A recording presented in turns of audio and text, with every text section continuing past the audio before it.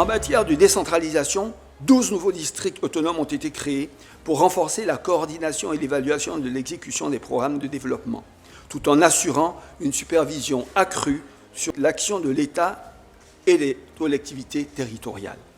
Dans le secteur des infrastructures de transport, face à la congestion du Grand Abidjan, qui constitue à la fois un facteur de nuisance pour les populations et handicape la productivité de nos travailleurs, notre action s'est focalisée sur le renforcement du transport lagunaire, l'accélération du projet BRT et du métro d'Abidjan. Celui-ci est entré dans sa phase opérationnelle avec la libération des emprises.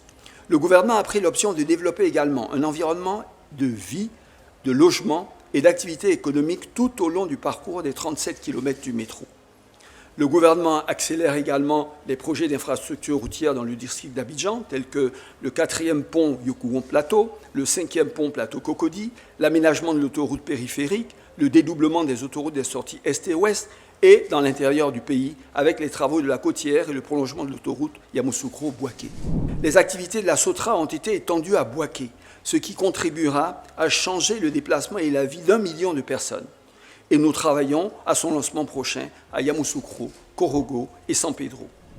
La mise en distribution à partir de l'usine de traitement de la rivière de la Mai se fera dans les prochains mois, apportant ainsi une réponse durable à la croissance des besoins du Grand Abidjan, avec 85 000 branchements en cours dans les communes de Yopougon, Atékoubé, Abobo et Port-Boué.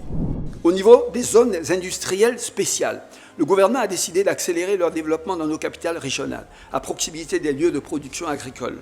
Les zones agro-industrielles de Bondoukou et de Korogo dédiées à la transformation de l'anarcade ont été lancées au premier semestre. Celles de Bouaké et Séguéla vont suivre. Celle de Yamoussoukro, elle, est déjà opérationnelle.